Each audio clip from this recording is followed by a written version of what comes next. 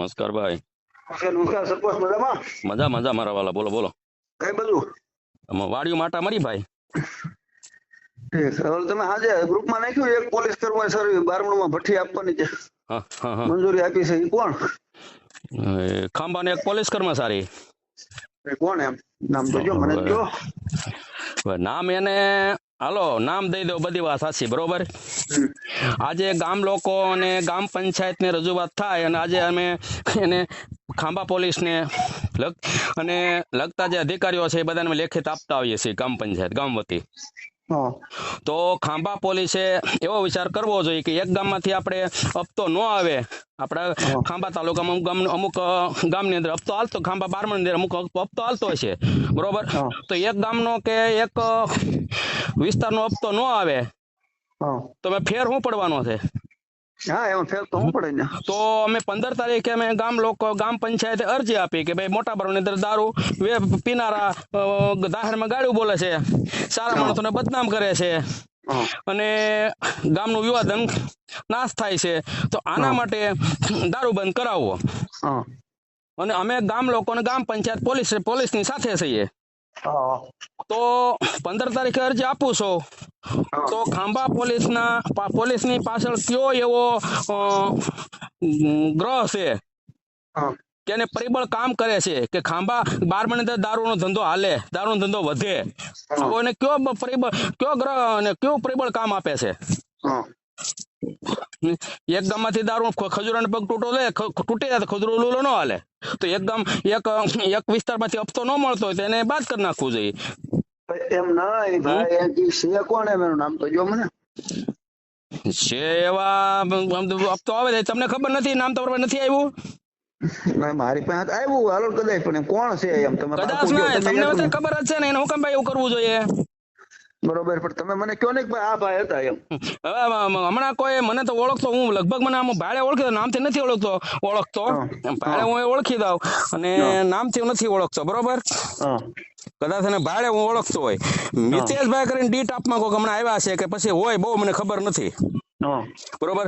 ઈ લોકોએ ઈ ભાઈ છે મિતેશભાઈ નામના જે પોલીસ કર્મચારી છે, એને એવી રજૂઆત કરી કે ભાઈ તમે ભઠ્ઠી શરૂ કરો 12 બરોબર. તો 12 ભઠ્ઠો આજે 15 તારીખે હજી અરજી આપું છું, એની તપાસ થઈ કે નથી થઈ. દારૂ બંધ થવાનો તો એક બાજુ ગયો બરોબર, પણ હવે પોલીસ હું એવી રાહ જોવે છે કે દારૂ બાબતે ગામમાં શાસન પ્રશાસન હામ આવી જાય, એકાબીજા મર્ડર થઈ જાય, પછી પોલીસ કાગળો કરી અને કોર્ટમાં મોકલી દે વાહ જેવું. એવી આ ભાઈ મિતેશભાઈ ની કોઈ મેલી મુરાદે છે? હાલો ઈ કીધું મિતેશભાઈ કીધું બરોબર. હવે તમે એક વાત સાંભળો, હાલો ઈ મિતેશભાઈ કીધું હું માનું કીધું, તમને કોને કીધું? મિતેશભાઈ નામ કોને દીધું? મને નામ તો દીધું, મારી પાસે નામ હું, મારી પાસે યાદી બધી આવી ગઈ. કયા ગામમાં મારી પાસે હપ્તા આવડા વીડિયા દારૂ ના ભઠ્ઠીના વીડિયા ઓળિયા, કયા કર્મચારી કેટલો હપ્તો લે છે દારૂ વગરનો, એ મિતેશભાઈ બધી ખબર જ છે બરોબર. અને મારી પાસે વીડિયા છે. તમને કોને નામ દીધું એમ?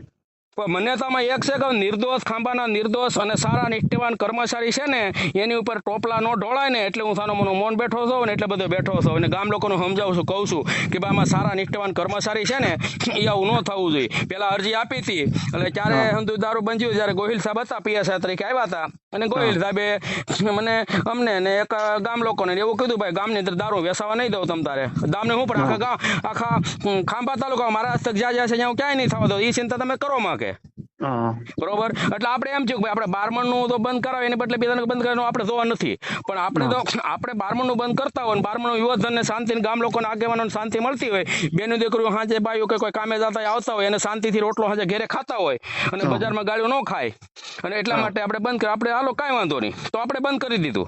તો પાછું ધીણું સારું થયું, ચાલુ થયું હતું.